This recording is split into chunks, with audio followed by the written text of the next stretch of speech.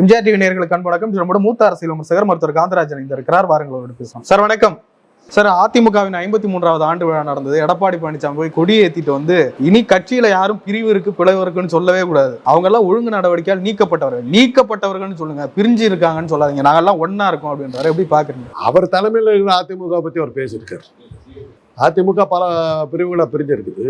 தன்னுடைய தலைமையில் இருக்கவங்களாம் நீக்கிட்டு அவங்க யார் வந்து இவர்கிட்ட சேர்றன்னு வந்து யார் கேட்டா இவர்கிட்ட? எல்லாம் வரிசையாக வந்து என்னை சேர்த்திக்கன்னு கெஞ்சிற மாதிரி ஒரு சேர்த்த மாட்டேங்கிற மாதிரி யார் இவர்கிட்ட வந்து சேர்றேன்னு சொன்னாங்க?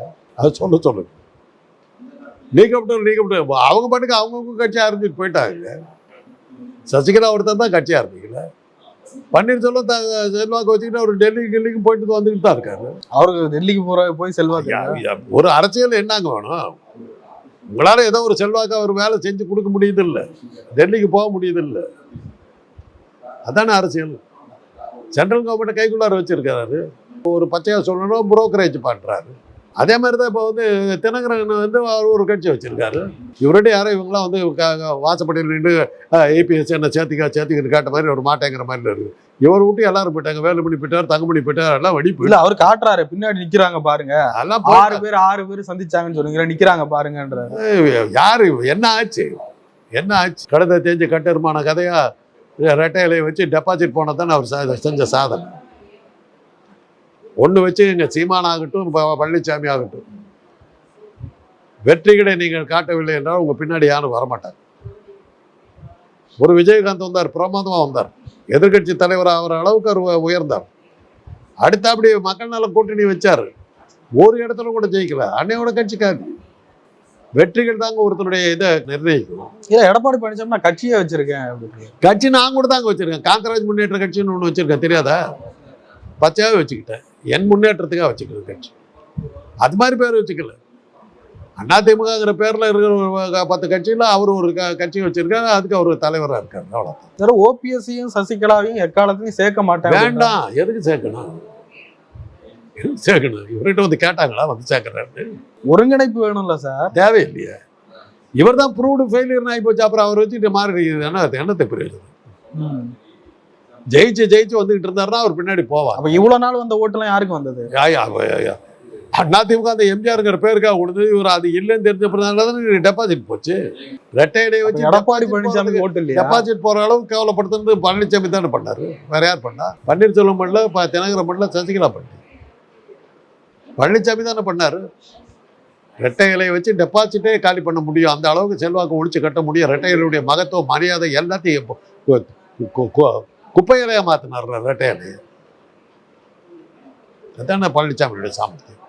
அப்ப இதனால வரைக்கும் விழுந்த விட்டுலாம் எடப்பாடி பழனிசாமி ஃபேஸ்க்காகவே இல்லையா? அவர் யாருக்குங்க தெரியும்? அவர் ஜாதி அடிப்படையில் கட்சியை நடத்துறாரு. கொங்கை மண்டலத்தில் அவருக்கு சில வெற்றிகள் கிடைச்சது, அது முடிஞ்சு போச்சு. இப்போ தொடர் தோல்வி எடப்பாடின்னு தானே பேரே அவருக்கு. தொடர் தோல்வி. அப்புறம் தான் அவங்க எடப்பாடி மக்கள்லாம் கவச்சிக்கிட்டாங்க, எங்கள் ஊர் பேரை கெடுக்காதீங்க, அப்புறம் தான் பழனிசாமின்னு சொல்லுங்க. எடப்பாடி மக்கள் கவலைப்படுறாங்க, இவரால் எங்கள் பேர் கெட்டு போச்சு, எங்கள் ஊர் பேரே கெட்டு போச்சு. வேலுமணி ரொம்ப நாளாக ஏதோ கழகத்தை கிளப்புவார், அப்படி பண்ணுவார், இப்படி பண்ணுவார்னு சொல்லிக்கிட்டு இருக்கேன். அவரு பேசவே மாட்டாரு, அமைதியாகவே இருக்காரு. இதுதான் நீங்கள் சொன்னதுதான். வாய்மொழியில் செயல்மொழியாக இருக்காரு. எங்க குடி விட்டுட்டு இருக்காரு பாருங்க. ஒருத்தன் வந்து பேசிக்கிட்டே இருந்தான்னா ஆபத்து இல்லை, அவன் திடீர்னு தலைமறைவா போயிடறான்னாக்கா ஏதோ ஆபத்தை கொண்டு போறான்னு அர்த்தம். அதனால ஜாக்கிரதை. வேலுமணியெல்லாம் செயல் வீரர்கள். போன தடவை வந்து கொங்கு மண்டலத்தில் வெற்றி பெற்றதுக்கு காரணம் வேலுமணி தங்கமணியும் தான். அவங்க 2 பேர் இல்லைன்னா ஏபிஎஸ் என்ன இருப்பார்? இந்த எம்எல்ஏக்கள்லாம் யார் இருக்குப்பா? சிஐ சண்முகத்திட்ட போய் கேள்வி கேட்கறாங்க, ஓபிஎஸ் பத்தி கேட்கறாங்க, அந்த ஒருங்கிணைப்பு பத்தி கேட்கறாங்க. ஒன்னும் பதில் சொல்லணும், இல்லைன்னா இல்லைன்னு சொல்லணும். அப்படியே போயிடுறாரு, அதை ஸ்கிப் பண்ணிட்டு போறாரு. எப்படி பாக்குறது? என்னத்துக்கு கம்பன் தான். ஏன்னா இன்னைக்கு இருக்கிற சூழ்நிலையில யார் நிஜமான தலைவராக வருவாங்க, யார் திடீர்னு ஒரு புது தலைவர் உருவாக்கி அதிமுக செல்வாக்கோட வருதுன்னா என்ன பண்ணுறதுன்னு தெரியாமல் இன்னைக்கு இருக்கிற தலைவர்கள்லாம் பயந்து போய் கிடக்குறாங்க. அதான் காரணம். இந்த ஆளு சைடு எடுத்தால் அவங்க சேர்த்த மாட்டாங்க, அவங்கள சைடு எடுத்தால் இவங்க சேர்த்த மாட்டாங்கிற பயத்தினால தான் எல்லாரும் வாய் மூடிட்டு ஐடென்டிஃபிகேஷன் இல்லாமல், ஒரு அடையாளமே இல்லாமல் இருக்கிறதுக்கு காரணம் அதுதான். பழனிசாமியினுடைய தொடர் தோல்விகள் அவர் வந்து ஒரு தலைவர் இல்லைங்கிறத மக்கள் நிரூபிச்சுட்டாங்க. நிரூபித்தது எதுவும் சாதாரண கட்சி இல்லை. எம்ஜிஆரால் உருவாக்கப்பட்டு ஜெயலலிதாவால் நிர்வகிக்கப்பட்ட ஒரு பெரிய கட்சி. கலைஞரையே 3 தடவை தோக்கடிச்ச கட்சி அது. அப்படிப்பட்ட ஒரு கட்சியை வந்து அடையாளம் தெரியாத அளவுக்கு கேவலப்படுத்தி விட்டதுக்கு பழனிசாமி. அதை ஒத்துக்கிறீங்களா இல்லையா? ரெட்டையலன் சின்னம் கொடுத்தாலே வெற்றின்றதுங்க காலம். நீங்க ரெட்டையலன் டெபாசிட் போச்சு. அந்த சாமர்த்தியம் உங்க பழனிசாமியால தான் முடியும். இல்ல எடப்பாடி பழனிசாமி சொல்ற நாங்க 1% ஓட்டு அதிகமா வாங்கியிருக்கோம், திமுகவுக்கு 6% குறைஞ்சிருக்கு. திமுக ஆட்சி விட்டு போயிடுச்சு, இவர் ஆட்சிக்கு வந்துட்டார். இப்போ பழனிசாமி தான் சீஃப் மினிஸ்டரா? திமுகவோட 1% ஜாஸ்தி வாங்கியிருக்காரு ஓட்டு. அவரா சீஃப் மினிஸ்டர்? நான் தான் ஸ்டாலின் நினைச்சிக்கிட்டு இருந்தேன். இல்ல 2026 ஆட்சி அமைக்க எந்த தியாகத்தையும் செய்ய தயார்ன்றாரு. அப்போ ஒரே தியாகம் பண்ணா போதும். என்ன பண்ணும்? இவர் தலைமை பதவி விட்டு வெளியே போனாவே போதும், வேற எந்த தியாகமும் பண்ணுவோம். சார் அவர் தலைமை பதவிக்கு ஒருத்தே இல்லையா சீரியஸா? ஏங்க நான் வந்து ஒரு கட்சியை நடத்துறேன்னா அதுல தலைமை ஏதாவது வெற்றிகளை நான் கொடுக்கணுங்க. ஒரு பஞ்சாயத்து போர்டையாவது நான் ஜெயிச்சு காட்டணுங்க. இல்ல ஜெயலலிதா அம்மா தோத்துருக்காங்க, எம்ஜிஆர் தோத்துருக்காங்க. தோத்துட்டு வந்துட்டாங்கங்க. எம்ஜிஆர் தோத்தாருங்க. நகராட்சி தேர்தலில் வந்து எம்ஜிஆர் ஆட்சிக்கு வந்த உடனே 77 நடந்த நகராட்சி தேர்தலில் நின்று ஒரு இடத்துல ஜெயிக்கல. அவரு 3 பை எலெக்ஷன் எடுத்து அந்த டைம்ல வந்து சட்டமன்ற தேர்தலில் அதில் தான் எங்கள் அண்ணன் வந்து முதல் முறையா அதிமுக எம்ஜிஆர் தலைமையில் வந்து எலெக்ஷன் நிற்கிறார். இதில் பணமரத்துப்பட்டியில் 450 ஓட்டில் ஜெயிச்சார். சிவலிங்கம்னு ஒருத்தர் எடுத்து நின்னார். 450 ஓட்டை தப்பி பொழைச்சார். அந்த அளவுக்கு எம்ஜிஆருடைய செல்வாக்கு உண்டு. ஒரு முனிசிபாலிட்டி ஜெயிக்க முடியும். அடுத்த எலெக்ஷன்ல எம்ஜிஆர் ஜெயிக்கிறார். சட்டமன்ற தேர்தலில் ஜெயிச்சார், நகராட்சி தேர்தலில் ஜெயிக்கவே இல்லை. கடைசி ஒன்றும் ஜெயிக்க. அதை யாரும் வெளியில் சொல்ல மாட்டாங்களா? தொடர் தோல்வி. நான் பார்லிமெண்ட்டுக்கு அவர் போகவே இல்லை. நாடாளுமன்ற தேர்தல் போராட்டத்தில் தோத்தார். அதெல்லாம் எந்த பத்திரிகையும் வராது. அதே கலைஞர் வந்து பல முறை தோற்றார். முதலமைச்சர் ஆகல, டெல்லியில் அவர் தான் உட்காந்துருந்தார். இங்க எம்ஜிஆர் சீஃப் மினிஸ்டரா இருக்காரு, அங்க டெல்லியில யாரா பெரிய ஆளுனாக்க கலைஞர். இதான் நடந்தது. அதை மறைச்சாங்க. யாரை ஏமாத்திக்கிட்டீங்க? கலைஞரை ஏமாத்திட்டீங்க. இன்னைக்கு பார்க்குற தமிழ்நாட்டை பார்க்குற திமுகவை தவிர வேற எதிர்கட்சியே வேற கட்சியவே காணும். அது நல்ல ஆரோக்கியம் இல்லை.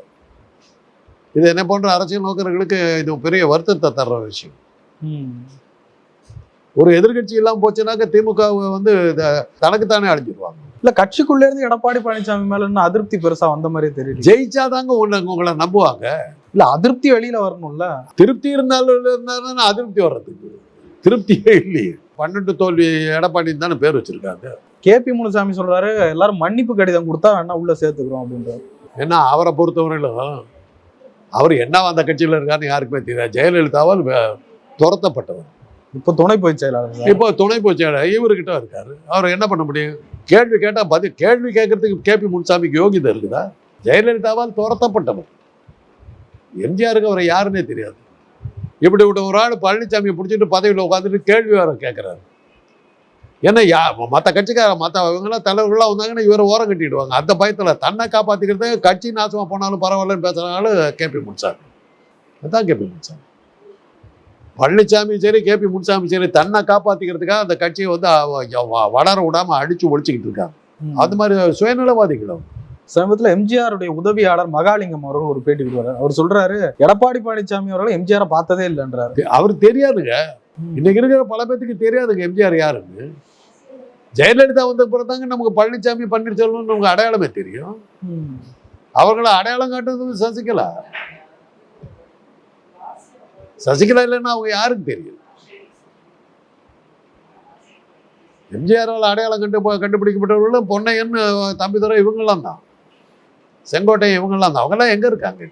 பண்ருட்டி ராமச்சந்திரன் போன்றவர்கள் தான் எம்ஜிஆரால் அடையாளம் காணப்பட்டவர்கள், ஜெயலலிதாவால் அங்கீகரிக்கப்பட்டவர்கள். தம்பிதுரை எத்தனை போஸ்ட் வந்திருக்காரு தெரியுமில்ல? சட்ட அமைச்சராக இருந்தார், தரைவழி போக்குவரத்துக்கு அமைச்சராக இருந்தார். ஒரே சமயத்தில் 2 பதவிகளை வகித்தவர் வந்து தமிழ்நாட்டு அரசியல்வாதிகள் தம்பிதுரை ஒருத்தர் தான். ஒரு போர்ட்போலியோ தான் இருந்தது. தம்பிதுரை தான் 2 போர்ட்போலியோ இருந்தவர். Surface transport and law and justice central. Deputy ஸ்பீக்கராக 2 தடவை இருந்தவர். அதே மாதிரி தான் பொன்னையன். செங்கோட்டையன். ஆனா அந்த எம்ஜிஆர் காலத்து ஆட்கள்லாம் அமைதியா இருக்காங்க. இப்ப கேசி பழனிசாமி இருக்காரு, அவர் மட்டும் எல்லாத்தையும் ஓரம் கட்டிட்டு கேபி முனுசாமி மாதிரி யாரு முன்ன பின்ன எவனுக்குமே தெரியாது, அடையாளம் தெரியாது ஆசாமிகள்லாம் வந்து இன்னைக்கு பேச்சு இல்ல. இப்ப கேசி பழனிசாமி எல்லாம் பேசிட்டு இருக்காரு இல்லீங்களா? அவர் கேசி பழனிசாமி எல்லாம் எம்ஜிஆர் காலத்தை சேர்ந்தவங்க, அப்பயே எம்எல்ஏவா இருந்தவர், அவர் பேசுறாரு. அவங்களுக்கு தெரியும், எம்ஜிஆர் பாத்துருக்காங்க. இவருக்கு யாருக்கு தெரியும்? கேபி முனுசாமிக்கோ பழனிசாமிக்கோ எம்ஜிஆர் இன்னைக்கு பாத்துருக்காங்க. அவர் கேசி பழனிசாமியை நீக்கிட்டாரு எடப்பாடி பழனிசாமி. எம்ஜிஆருக்கு தெரிஞ்ச அத்தனை பத்தி ஏங்க கட்சி தொண்டர்களால் தான் பொதுச் செயலாளர் தேர்ந்தெடுக்கப்படுங்கிறது விதி. இவர் யார் தேர்ந்தெடுத்தா பொதுச் செயலாளரா? இவரா ஒரு கூட்டத்தை நியமிச்சுட்டு இவரா என்ன போஸ்ட் சார்? யாரும் எதிர்த்து நீங்க வந்தா ஒரு ஆள் வந்தானே, என்னது அந்த ஆள் ஓமப்படி பிரசாத். ரத்த காயம் ரத்த கலரி ஆக்கி மூஞ்சி முகரையெல்லாம் பேத்து அமிச்சிங்கல்ல, விண்ணப்பம் கேட்கறதுக்கு வந்தார். அதான் பழனிசாமி. யாரால் தேர்ந்தெடுக்க நிரந்தர பொதுச் செயலாளர் ஜெயலலிதாவுக்கு போஸ்ட். அந்த ஜெயலலிதாவை நீக்கிட்டு இவர் பொதுச் செயலாளர் ஆகிட்டாரு. ஆக எம்ஜிஆரையும் தெரியாது, ஜெயலலிதாவும் தெரியாது. ஒரு ஆசாமி தான் இன்னைக்கு அதிமுகங்கிற பேர்ல சுத்திட்டு இருக்காரு. இவர் கட்சியில் வந்து சேர்த்த மாட்டாரா? யாரும் இருக்கும். எம்ஜிஆருக்கு சம்பந்தமானதா இல்லை ஜெயலலிதாவுக்கு சம்பந்தமானதா? பழனிசாமியோட சொந்த கம்பெனி. அவர் அதிமுகன்னு பேர் வாங்கிட்டு எலெக்ஷன் கமிஷன்ல இது வச்சுக்கிட்டார். சமீபத்துல தலவாய் சுந்தரத்துல எல்லாம் கட்சியை விட்டு நீக்கி இருக்காரு. ஏன்னா பழைய ஆளுங்க அவங்க எல்லாம் எவ்வளவோ பெருசா இருந்தவங்க. தலவாய் சுந்தரம் எல்லாம் கன்னியாகுமரி பக்கத்துல பெரிய ஆட்கள். அவங்க எல்லாம் எல்லாத்தையும் ஓரம் கட்டிட்டார். இவரு கூட இருந்தார் தேராதுன்னு சொல்லிட்டு அவர் RSS கொடி பிடிக்க போயிட்டாரு. சீமான் கூட எடப்பாடி பழனிசாமி சேர்ந்தா அதுவும் பெருசா இது இருக்குங்களா சார்? சீமான் கூட யார் சேர்ந்தாலும் அவ்வளவுதாங்க. தங்கத்தோட வைரத்தை பயிச்சோம்னா இதாகும். தங்கத்துல வந்து மண்ணை கொட்டி என்ன பண்ண முடியும்? இல்ல மண்ணில் போய் தங்கத்தை கொட்டி என்ன பண்ண முடியும்? இல்ல, இது ஒரு மாநில கட்சி, அது ஒரு பெரிய மாநில கட்சி. நீங்க தான் சொல்றீங்க அந்த மாநில கட்சிக்கு ஏங்க ஒருத்தர் வரமாட்டேங்கிறாங்க? பாவமா இருக்குது. தேர்தல் ஆணையத்தால் அங்கீகரிக்கப்பட்ட ஒரு மாபெரும் கட்சிக்கு யார் வந்து சேர மாட்டேங்கிறது தேர்தல் ஆணையத்துக்கு கேவலமா இல்ல இந்த கட்சி கேவலமான்னு தெரியல. இப்ப அதிமுக தாண்டி எதிர்கட்சியா வேற ஒரு கட்சி வந்துரும் அப்படின்ற மாதிரி சொல்றாங்க. அதிமுக இல்லைன்னு ஆயிப்போச்சு. அதிமுக பலப்படணும்னா இன்னைக்கு இருக்கிற பழனிசாமியை நீக்கணும். பழனிசாமி கேபி முனுசாமி போன்ற இந்த ஆட்கள் எல்லாம் நீக்கினாலுடைய அந்த கட்சியை உருப்பிட முடியாது. எனக்கு என்ன பொறுத்தவரைக்கும் இன்னைக்கு அந்த கட்சிக்கு புத்துயிர் கொடுக்கணும்னு நினைச்சிங்கன்னா சசிகலாவை கூப்பிட்டு வந்தா தான் முடியுங்கிறது என்னுடைய ஒரு இது. என்ன காரணம்னு உங்களுக்கு நிறைய தடவை சொல்லியிருக்கேன். ஒரு பெண் விதவை, குழந்தை குட்டி எதுவுமே இல்லை. இவ்வளவு பாசிட்டிவ் பாயிண்டிங்ஸ் அந்த மாளுக்கு இருக்கு. அதனால அதை வச்சுட்டு இருக்கும்போது பெண்களுடைய ஓட்டாவது அட்லீஸ்ட் கிடைக்கும். குறைஞ்சபட்சம் பெண்களுடைய ஓட்டாவது கிடைக்கும்.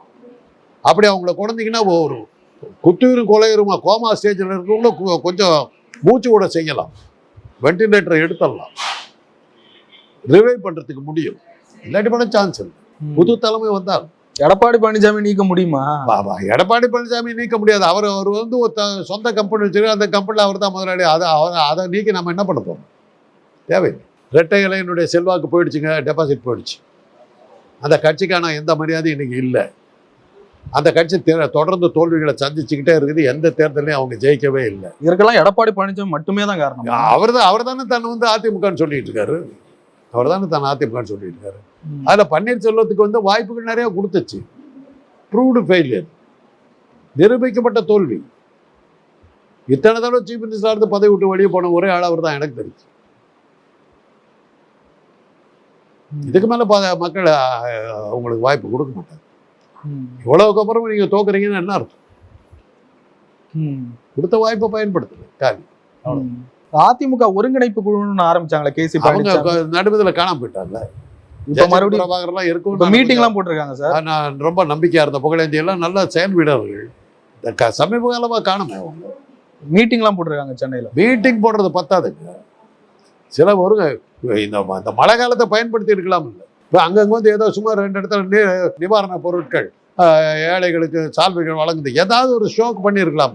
இல்லை, அவங்க கட்சிக்குள்ள ஒருங்கிணைக்க முயற்சி எடுக்கிறாங்க. மக்கள் மத்தியில் போகணுங்க, மக்கள் மத்தியில் போகணும். சில ஷோஸ் இருக்குது தமிழ்நாட்டை ஏமாத்துறதுக்கு, சில ஷோஸ் இருக்குது, அதை பண்ணணும். சார் நிறைய விஷயங்களை பயன்படுத்தி ரொம்ப நன்றி சார்.